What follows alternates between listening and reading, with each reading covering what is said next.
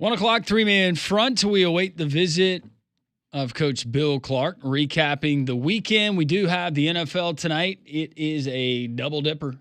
Here the NFL right here on Jocks. You got the Bucks taking on the Texans at 6 o'clock. And then at 9 o'clock, you get the Chargers taking on the Raiders. So the Texans, the only one of those teams in those matchups that lost their week 1 matchup, but they're trying to get it right tonight and have a great chance to do so at home versus the Buccaneers. It is now time for our weekly visit with the coach, Bill Clark. Coach Bill Clark on Three-Man Front is brought to you by Donahue Chevrolet. Learn more at DonahueChevrolet.com. And now, Coach Bill Clark. Coach, I hope you've had a good weekend. It was a nice weekend of football, both Alabama, Auburn, and UAB, all victorious over the weekend. What tickled your fancy in regards to what you saw from the state teams this weekend? A continuation with Alabama of good play. I mean, obviously, I thought they were pretty dominant, and I think obviously you want to close it out, but just I mean, how much more accurate could the quarterback be than he's being right now? Defensively, very dominant. Obviously, you don't want to give up a touchdown in the special teams, but all in all, they've got to be happy. I thought the intensity started out like you would want to see, a dominant home performance, and granted got a little time off as they get ready for the big SEC slate coming up. Any cause for concerns for Alabama fans, some of which we've heard from, just questioning the running game? Because right now, Alabama's offense not racking up a ton of yards on the ground.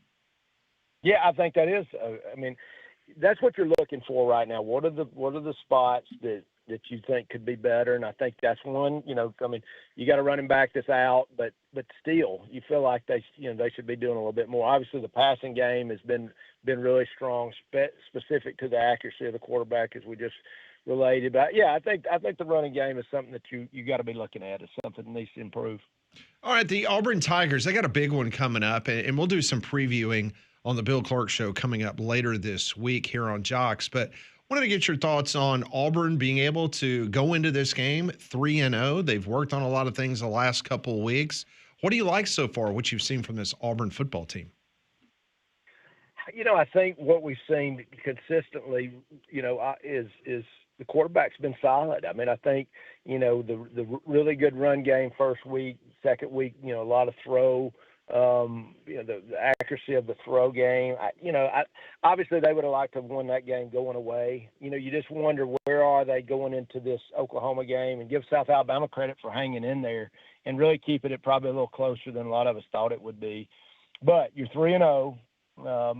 Probably we're getting, had some sights set on this next week. So it's all in front of them. And that's, all you can do is win the games that are in front of you. And they've done that so far. Based on what you've seen, and you detailed it perfectly, what we saw against that Baylor passing attack and throws across the middle in that game, it was Michael Trigg. But some more of that. It wasn't a whole lot of yards. What you're seeing from Auburn's secondary, is there cause for concern there, or do you think that opponent and maybe game dictated some of that?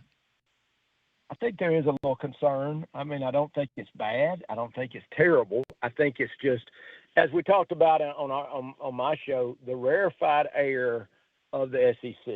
I mean, and that's what we got one goal, and that's to win a championship. And that's who we used to talk about. We're gonna break it down on champs. What are you doing?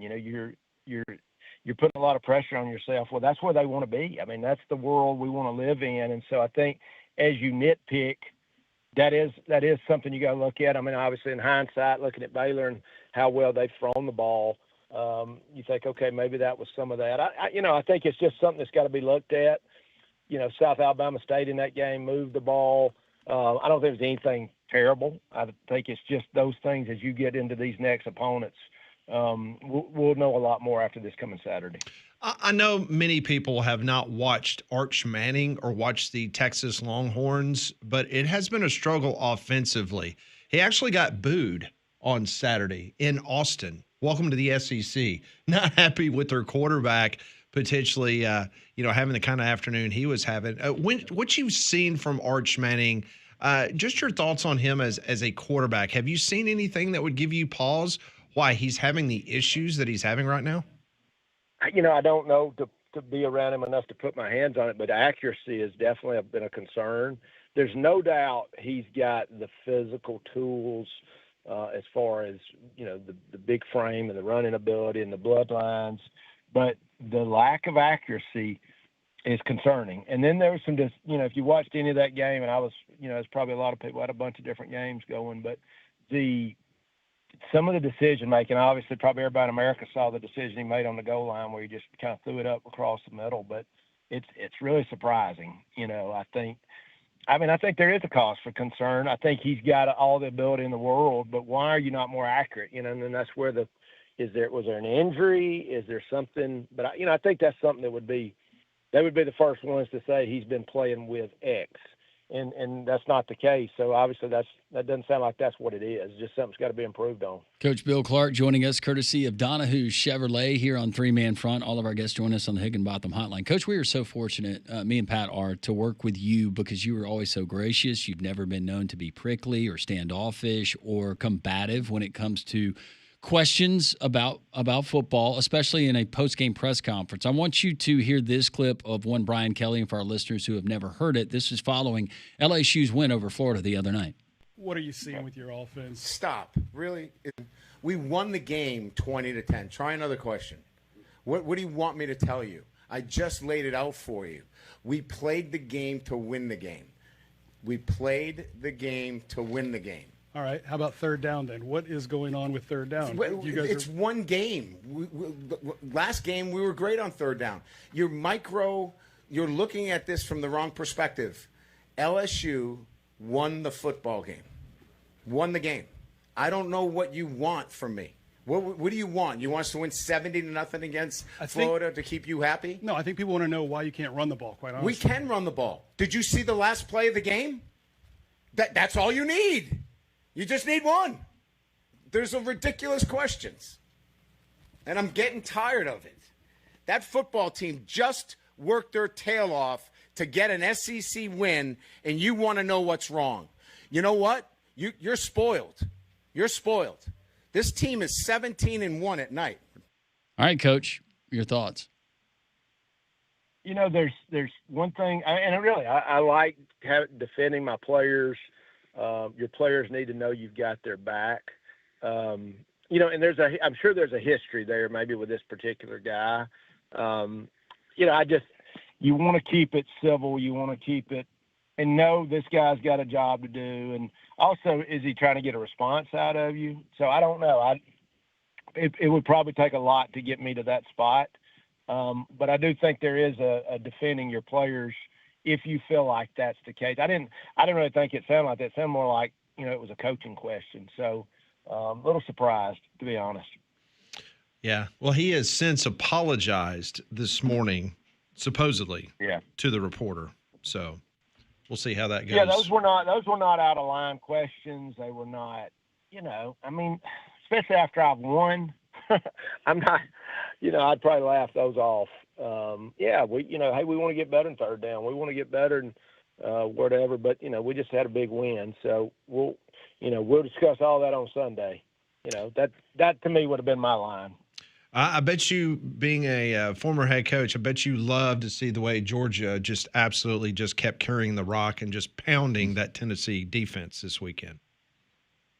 Well, that was an unbelievable game. I mean, that was just a great game for both sides fighting and keeping going and believing and doing all the things. It was just a great game, but you got to give Georgia credit, without the probably dominant defensive line, that we've seen in the past and some of those other things in this super hostile environment, to just keep playing, to just keep running the ball.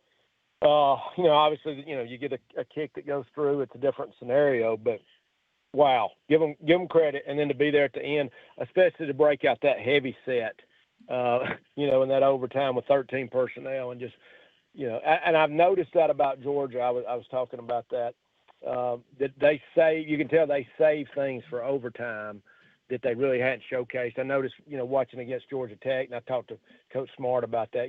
What's your plan when you do go to overtime? That's something that you hadn't shown. Coach Bill Clark continues for a few more moments here on Three Man Front. You're friends with Dabo. We have friends that are on Dabo's staff. Clemson, tough part of the early schedule. Now you have 2 losses. What do you see with that Clemson program right now? Maybe didn't see coming into the season, and what would your advice be to your good friend Dabo Swinney? Well, and I think that, and it looked like they tried to fix a little bit of this. We're trying to get a few more now screens and stuff, but it's such a quarterback centric offense. I'd love to see them run the ball more. I don't know if they're built that way. It just puts so much strain on your quarterback. I mean, let's look at now Georgia Tech. You would say, well, Georgia Tech's a quarterback centric offense, but it's a run offense. I just think it really puts so much strain on the quarterback when it's so much throw. It's so predicated on the throw game. Give Georgia Tech a lot of credit, though. I mean, that's a well-coached, tough team. And I kind of relate O-line head coaches to defensive head coaches. And I got to coach both. Been starting out with O-line, but it's just a toughness, and you see a real toughness in Georgia Tech. But we're going to see what Clemson is made of because 1-2 right now is not. Obviously they thought they were going to have a chance to play for a national championship. So that is the real problem when expectations are created, especially when the coaching staff creates them because they really believe it, and then there they are at 1-2. That's we're going to see what they're made of. He is the coach, Bill Clark. You can view his show right here on Jocks on Thursdays throughout not only the college football season, but throughout the year. And, Coach, you are brought to us each and every Monday by our good friends at Donahue Chevrolet. Yeah, Donahue, our guys at Donahue just have great deals, DonahueChevrolet.com. Check them out. And, of course, love my Tahoe I get to drive. And I think, as we always say, these deals are ridiculous. Yeah, they still got crazy deals like $12,000 off manufacturer's sticker retail price on some of their heavy-duty trucks. They also have a deal going on other models as well. DonahueChevrolet.com for more information. Coach, we always appreciate the time. Thank you so much for your input, and we will talk to you here in just a couple of days. All right, guys. See you soon. Coach Bill Clark, once again, presented by Donahue Chevrolet, DonahueChevrolet.com. On the Higginbotham Hotline, you deserve solutions that are built for you. Higginbotham's your one-source solution for insurance, financial, and HR services. Hugh Freeze, his press conference from Auburn coming up at the bottom of the hour. We got time for your phone calls. More of your Texas Reaction Monday continues right here on Jocks.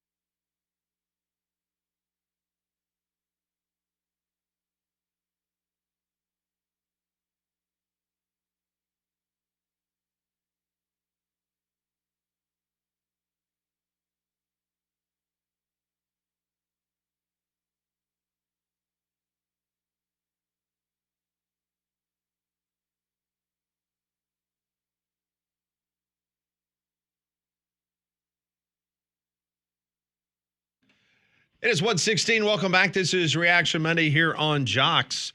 Just announced moments ago, Texas A&M has announced that the kickoff between Auburn and Texas A&M will be a 2:30 kickoff.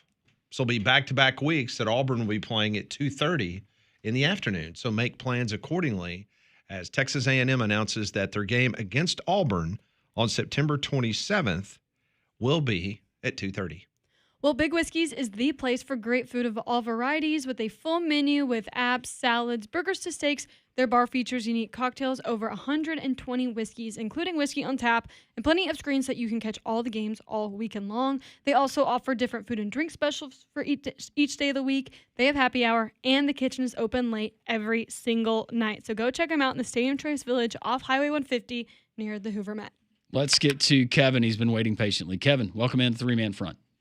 How y'all doing? We're doing well. How are you? Good. I just hope that Champ Anthony and Malcolm Simmons and Singleton, I hope they get to come back Saturday and play against Oklahoma because they're the best players ever, and I just hope Auburn does well this year. And y'all have a good rest of the day. Thank you so much, Kevin. We appreciate it. Yeah, all hands on deck. They're certainly going to need all of those guys. Pat's got questions every single day. We try to answer those questions. This is what we call Pat Ponders. I want to know what you're thinking. Tell me what's on your mind. It's time for Pat Ponders. Brought to you, as always, by Courtesy GMC in Trustful. Went by there this weekend, man. The inventory, it is just busting at the seams. Greatest deals you're going to find anywhere in the Southeast on a brand new Courtesy GMC. So get by and see them right off of I-459 exit 32, 9 acres of inventory in Trustful. All right, I want to give you an update from one of the questions that I asked you on Friday. The question was, Oklahoma plays in Philadelphia against Temple. Alabama once played there in 1988 and drew 28,000 fans for the game versus the Owls. Will there be more or less than 28,000 attending the OU Temple game on Saturday? Do you guys remember what your answers were? I said more. I think we all said more. Yeah, I said more. Okay. It was 24,927. Dang it. Man. So all three of you were wrong. Just wanted to point that out as we get the week going. All right, the first legitimate question of this week's Pat Ponders. So due to budget constraints, Oklahoma did not send their marching band to the Temple game. Philadelphia's St. Joseph's University's pep band filled in during the game to play Boomer Sooner. So how big of a deal was that? Was that a smart budget move or an embarrassing look for a blue blood program? Well, I think the travesty is for the great people of Philadelphia. They don't get to see that marching band come and perform. Did they take they didn't take any of it, did they? Nope. See, that would have been the draw, and maybe word got out, and that's why only 24,000 did not exceed the showed up? 28,000 that I had projected. Yeah, that's part of the pageantry, right? If I'm a college football fan and I'm going to see Oklahoma play, a Temple team that has struggled mightily for a long time, but they've had a few peaks. Yeah, I want that. I want the whole kit and caboodle. See, I agree. I would want to see the band as well, but I can also understand from, the Oklahoma standpoint, it's a way to save a couple dimes, which at this point in time, I guess everybody has to do that, right? So I don't think it's a concern of, they don't have the money to do it. Personally, I think they probably just didn't care enough to send them. But you're saving, how much you're saving on this, right? Didn't you get 3 games for, how much was it? $500,000.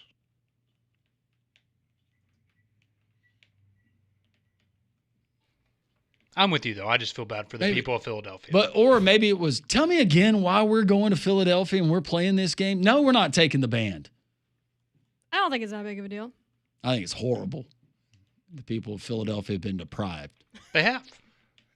And on top of that, it really ticked off the Temple people because St. Joseph's is one of their biggest rivals in the city of Philadelphia. And you just asked them to come play the fight song of Oklahoma. Yeah. That did not go over well with Temple people. Maybe that's why Oklahoma made them do it. All right, so here's part 2 of the question. That would be UAB band being asked to come and play Rocky Top at Bryant Denny. No, here is maybe the question. If the $1 Million Band or Auburn's marching band was off during an off week and the other school had a non-conference game and they asked Alabama-Auburn's band to come play against the rival, should they do it? No. No. No. No. No. No.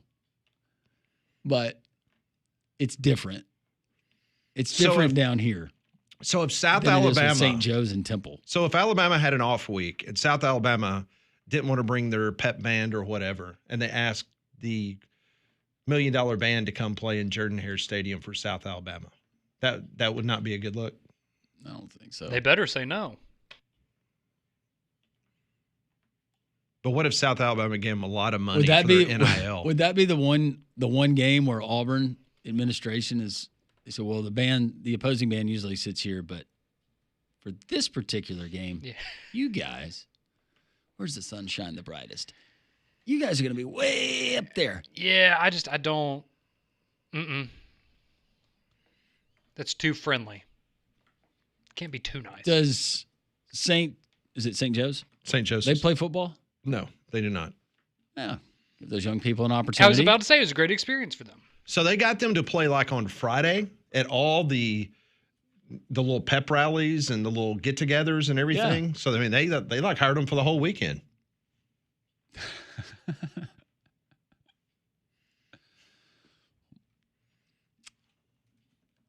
wonder what the expense is. How much they actually save by not sending band and all that.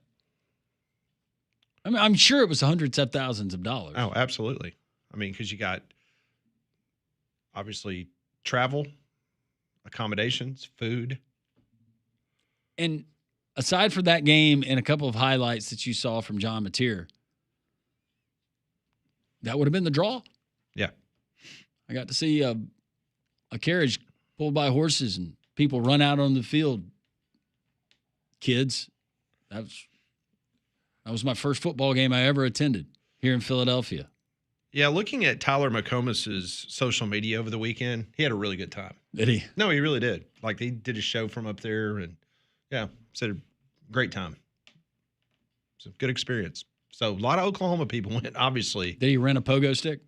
I didn't see that part. Okay, good.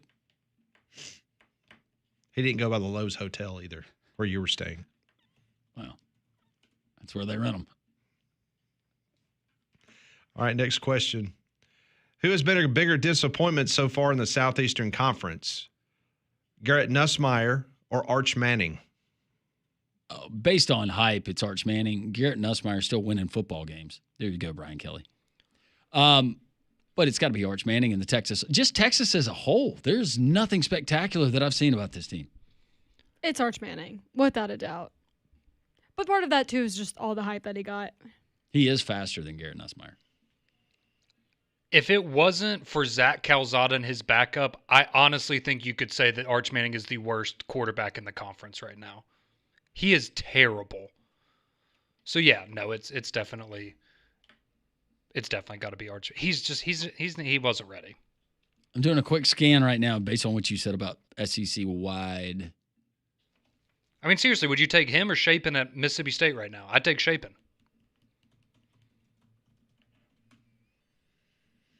Yeah. I mean, I'm being serious. He is the 15th best quarterback in the SEC right now. I'm just sitting here trying to think if there's another candidate that I would submit. And Conrad, I think you might be right. It's shocking. But you couple that with the unrealistic expectations that were put on this guy heading into the season. Probably the same face I'm making when I'm watching your offense play right now against UTEP. All right, here's a two-part question.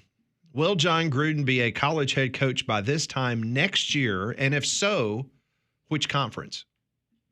Yes.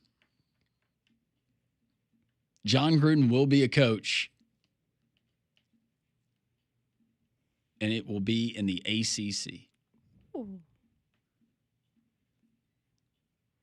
I'll say yes in the Big Ten. Yeah, I mean, I liked it when you said it. I think he'll be the head coach of Virginia Tech. So ACC. That just seems like that would be a fit. A program that needs a win and a head Needs coach a that, lot of energy. Yep. Needs something to win the press conference, get people motivated to buy back into the program, and John Gruden needs to prove that he can win at the college level. It makes sense. All right, final question on this Monday. The Chiefs have started 0-2. NFL teams that have started as such make the playoffs only 12% of the time. Where are you currently on Kansas City after the first couple of weeks potentially making the playoffs? They will make the playoffs, but they will not win their division. They will be a wild card team. They're too good not to make the postseason. You don't go from making like 8 straight conference championships to not. So even though 88% of teams that start 0-2 do not make the playoffs, you're going against the chalk and you say Kansas City will make the playoffs. Yes, it's the Chiefs. Yeah. The Chiefs are not going to make the playoffs, Pat. They're not going to make it. And there's 2 individuals I blame for this. Mm-hmm. That's why there's a lack of engagement during games because of the engagement that happened a couple of weeks ago. Well, you lost yesterday because Travis Kelce couldn't catch a touchdown in the end zone, and it turned into an interception. He caught love, Conrad. That's right. What do you think, Molly? Yes or no? I mean, I still think they're going to make the playoffs. You too. So those two going against the chalk. 88% of the time, teams do not make the playoffs. It's like the same thing I said on Friday. I will bet on Kirby Smart until he proves me wrong. I will bet on Patrick Mahomes Bingo. until he proves me wrong. I don't know about you. I'm feeling 0-2. Did you? That was good. That's good. That's good. Did you see how Taylor Swift is now coming into the stadium? Oh, where they have the table or whatever What to a block joke. her off. What an absolute joke. She doesn't care about her fans anymore, Molly. That's what I'm hearing. I respect her privacy. Show the Super Then Bowl don't go to a trivia. game. I mean, if you want to be private, don't go to a game. Watch it on TV. Paige was so excited for that game yesterday, and we get in, and in like 30 minutes in, she goes, "They haven't shown Taylor yet." And I said, Aw. "I thought you wanted to watch the game." She said, "I didn't want to watch the game. I wanted to see her." And I said, "Well, this is a great game. Sorry." Unbelievable. All right, that's today's Pat Ponders, brought to you by Courtesy GMC and Trussell. Get by and see them off of I-459 exit 32, or check them out online at courtesybirmingham.com. Coach Hugh Freeze, his weekly press conference. You'll hear it next right here on 3-Man Front on Jocks.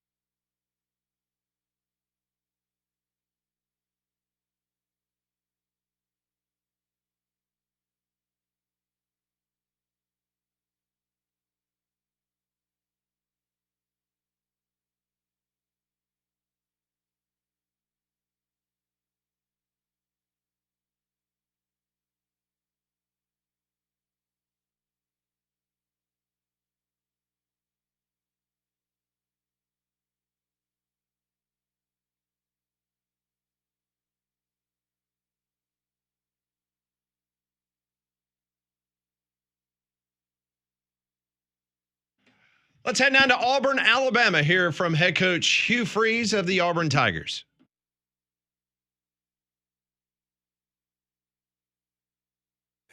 Happy to be 3-0 headed into our SEC opener.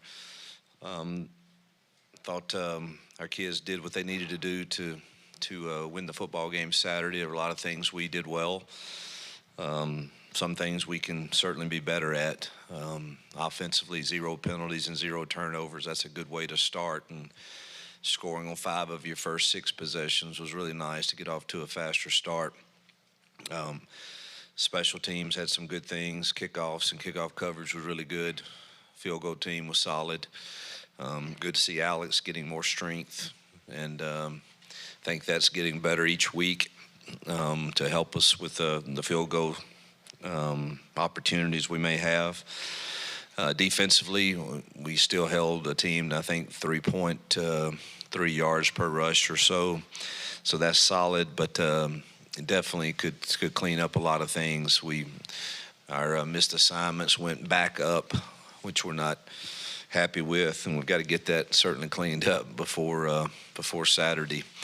But great home crowd, great homecoming, and excited to be 3-0 headed into our SEC opener.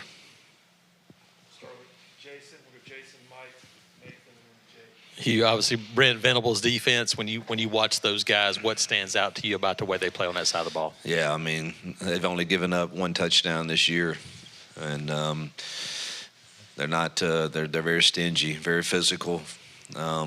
Obviously, last year had good experience against them, and he does a great job, and he's got great players.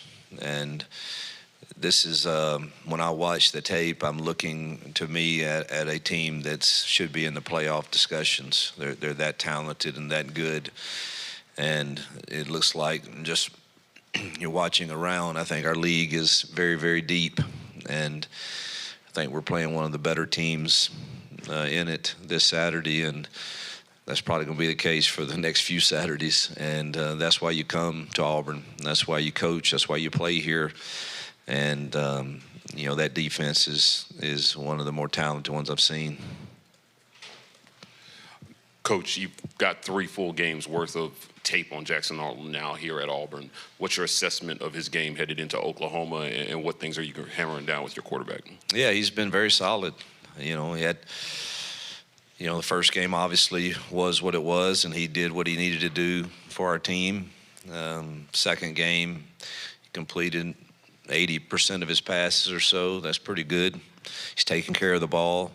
Last week, his passing stats weren't great, but some of that was some drops too that we had. But I thought his decision making was really good. And number one, again, it starts with how do you judge a quarterback, and that is wins and losses and the turnover battle. And I think he's done those extremely well, and he leads our team well with he's got this competitive spirit about him, and it's going to be needed in the upcoming games for sure. But I think he's in a good spot, and obviously we haven't been tested like we're getting ready to be tested, so we'll see how we perform against some of the best teams in the nation the next few weeks, starting Saturday. A couple days after Saturday now, those injured guys that you went down the list of, anything severe, or do you expect all of them to make good progress this week? I expect them to make good progress. If I had to say today, I would think the biggest concern would be Amaris. Damari, obviously, again, you haven't let him go live yet, but I would be shocked if he doesn't give it a go. And so I think everybody else will try. I think that's the biggest concern I'd had today would be Amaris. Yeah, question here. There's been some hand-wringing in certain circles about you guys not throwing the ball deep enough, not trying to throw the ball deep enough. What do you think about that? Are you satisfied with how often Jackson's throwing the ball deep? Oh, I'd like to throw it deep more. I would. I think those deep passes that are completed are really good. The ones that are incompleted are not so good. But I think we've got the threats to throw it deep, and hopefully we can be a little more aggressive maybe and more consistent in throwing it down the field. Hugh, through 3 games, Keyron's leading the team in tackles and sacks. Where have you seen him develop most as a guy who got a late start to football? Yeah, I think his off season, obviously Vontrell and Rock have done a good job coaching him on techniques and things, but I think the biggest credit probably goes to the time he spent with our strength staff, gaining more flexibility, more strength, more size. And I think that is translated into him playing better football. You talked after the ball game about playing so many freshmen. I think it was 13 or so that were playing. Who are some of the guys that are really pushing for even more playing time now among those guys?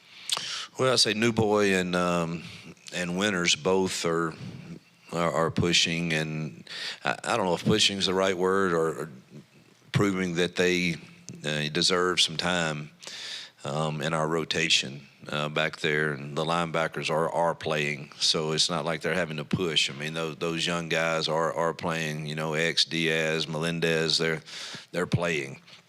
So we're young in the middle of that defense, and it's really going to be tested in the next few weeks. It'll be a good test for us to see where we are with those young guys. But Woodby is another one that's pushing to get some time at nickel. So playing a lot of kids there. I think I saw a stat somewhere where we played 20 freshmen or redshirt freshmen in the first 3 games, and that's good and bad.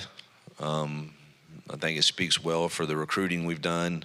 Also, they need some time to develop.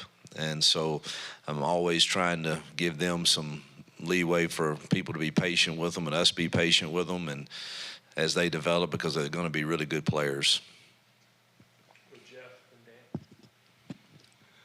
Jackson's return to Oklahoma figures to be a big storyline on the broadcast, not to mention probably a lot of fan attention. In situations like that, when you're coaching guys facing former teams, especially this high profile, how do you approach that? Well, the good thing is I've had personal experience with that. I've had to go back in a place where that I enjoyed coaching and won some games, and had to go back in there and take another team in and play. And that whole week, it was a challenge for me not to think about some of that. I know the same will be true for Jackson, but he's very mature, and he does not. He doesn't give any credit to any noise or talk. I mean, he's a pro. We all understand that, people might cheer for him, boo him, whatever it is. But I think he's mentally strong and is more about preparing. And my advice to him is, man, just keep the focus on our team. And that was my advice to myself. It's not about you. It's not about me. It's about our team preparing to go in to play. I don't know what they're ranked now, but I think they're a top 10 team. So that's where the focus needs to be, and all the rest will subside at some point, and it will be about what we did on the field. And so that's my advice to him. Same thing I told myself going back into Ole Miss when I was at Liberty.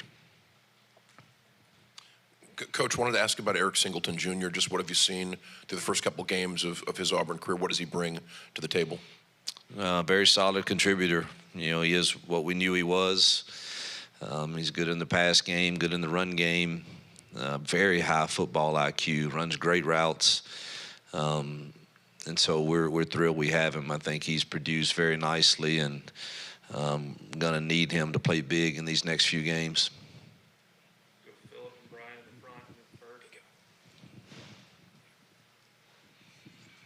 You, going back to last year for a second, big pass plays cost you in at least 3 games that I remember. And you've given up some this year too. What do you think is causing that, and what can you do about it, basically? Yeah, we went through all of those yesterday, and some of it's technique that we've got to coach better.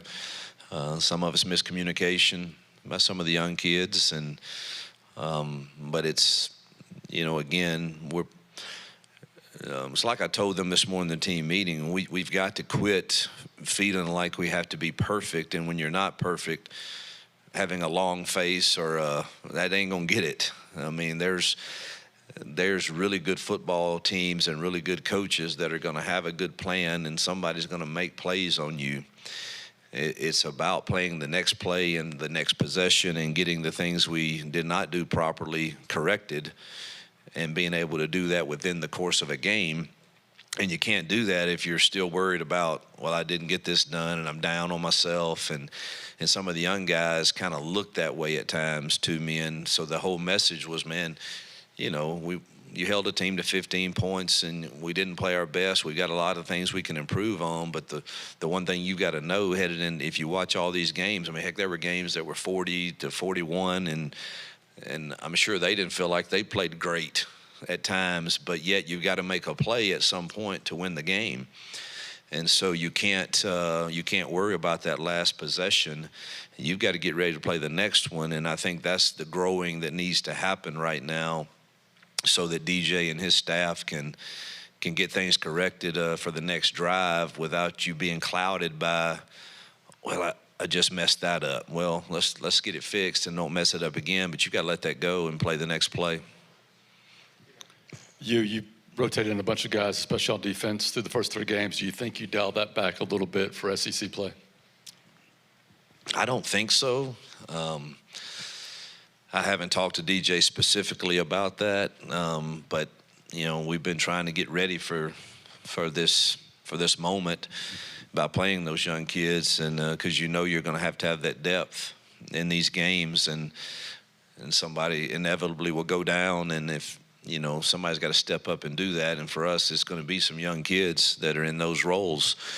So I don't see it really. I think offensively, you've seen kind of who we're going to play. And defensively, I would expect to see pretty much the same. You mentioned the decision-making from Jackson, really just the offense overall, converting in the red zone early in the season, converting on third downs, going into a game like this against a high-level defense. How pleased have you been with that aspect of things, and how important is that execution going to be? Yeah, that was vital to our offseason and our whole focus was, being good in the critical downs and red zone, and thus far we have been. Again, we haven't faced a defense like we're getting ready to face, and they're going to make a lot of teams not do so well in some of those situations. We've got to find a way to be in manageable downs for sure, or it's not going to be a fun night if you're trying to do that against that defense. So to this point, we have improved, but now it gets, the test gets harder. Hugh, the pass protection on Saturday looked like it was a big step forward from what you guys did against Ball State. Just from your perspective, how clean did that look, and how important is that going to be to, keep that up going on the road to Oklahoma with their defense and that crowd? Yeah, I thought the pocket was clean most of the night, and he had plenty of time to go through his progressions, and thought we strained better. And we actually worked hard on that last week in practice of making the play go longer than normal, and making a strain an extra second, and we certainly will need to strain to find a way to protect. This team has harassed the quarterbacks extremely well in their first 3 games, and have tremendous pass rushers off the edge, big physical guys in the middle, very good at their disguising their pressures. So it's this again will be a bigger test than what we've had, but we certainly, I thought we improved from week 2 to week 3. John Mateer on the other side comes in, obviously familiar OC with him. What do you see out of that side of the ball with that dynamic kind of playmaking quarterback? Yeah, he's very talented. The runner, thrower, competitor. You can tell that team follows him, and he's their go-to guy in critical downs for for whatever they need, and he's got the ability to do it, and he has good skill around him. Those receivers and tight end are very talented with a really good O-line, and solid running backs also. They, again, you watch the tape, you think this team is one of the special ones, and it's a large reason. That was Hugh Freeze, the Auburn Tigers head coach, as he made his weekly press conference down there on the Plains as Auburn gets ready for their SEC opener against Oklahoma. Some interesting comments there from Coach Freeze. We'll give our thoughts, our takeaways from Hugh Freeze's press conference, and get to more of your text here as we wrap up the Monday edition of Three Man Front.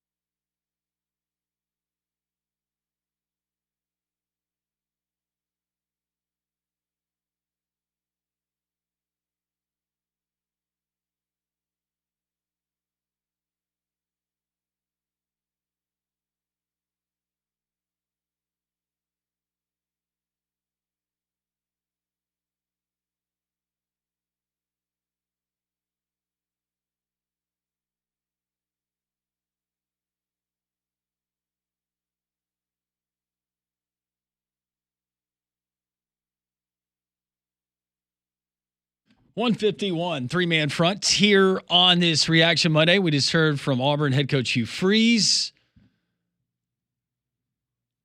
discussing the win over South Alabama. More importantly, looking ahead at the game in Norman, Oklahoma, as they take on the Sooners and John Mateer. Maris Williams, one of the guys that he said was questionable and might continue to be questionable leading into the game, but hoping to have as many folks on hand, and they're going to need it against that Oklahoma team. You know, they've got defense with Brent Venables there, but now with the offensive firepower they have and one John Mateer, shaping up to be an interesting matchup. Oklahoma, an early favorite, according to Las Vegas, 6.5, the line as of right now. Your phone calls, your texts are welcome, 205-834-9450. And we're asked, Pat, by one of our listeners, says, the question I have for Pat Landrum about Jackson Arnold in the passing game is, should the amount of guys he missed running wide open against South Alabama be concerning moving into SEC play? I don't know how many guys he missed that were running wide open, but he threw some bullets and some really good passes that got dropped. And you've got to shore that up this week. Got away with it maybe in the last couple of games. Got away with it against Baylor. You didn't have to do it that much, but yeah, you're going to have that. What are your thoughts? No, you are going to have it. And one thing's for sure. I mean, Conrad saw it, and Oklahoma was a 500 football team when Alabama played them, and it got pretty raucous. And can you imagine how fired up these folks are going to be, being undefeated and having the success they've had this time, and Jackson Arnold coming back home? Being a top 10 team. They were fired up last year just to play spoiler, but now you're looking at this as these are the games that you need to win if you're going to make it to the playoff. And you also mentioned doesn't hurt when your quarterback's coming back for a reunion of sorts. The one bad pass I thought that Jackson Arnold threw on Saturday, it was into coverage where he had a guy, if I can remember correctly, kind of falling down to the ground, and there were two guys there, and it was kind of oh gosh, got to get rid of it. But other than that, I think Jackson Arnold has been solid, more than solid for what he's been asked to do. Again, no turnovers. Well, and you look, I mean, we've talked about it a lot today, but you look around the conference at a lot of the quarterbacks we thought were going to be really good. I'd take Jackson Arnold over a lot of those guys right now. He's played a lot better than the DJ Lagways and Arch Mannings of the world so far. Much better. Lee, a big Florida fan, texts in. He says Florida needs to lose for Lane. Didn't we do this last year? Yeah.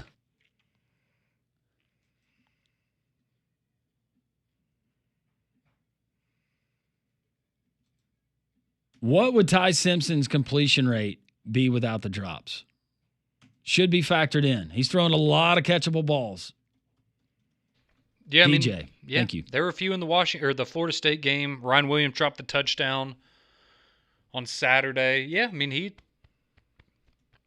be up there, but he's pretty dialed in right now, no doubt about it. Zach in Huntsville wants to know, what do we think about Tyler Buckner muffing the PAT snap for Notre Dame for them to go on and lose by 1? I thought he left Bama to play lacrosse, RTR.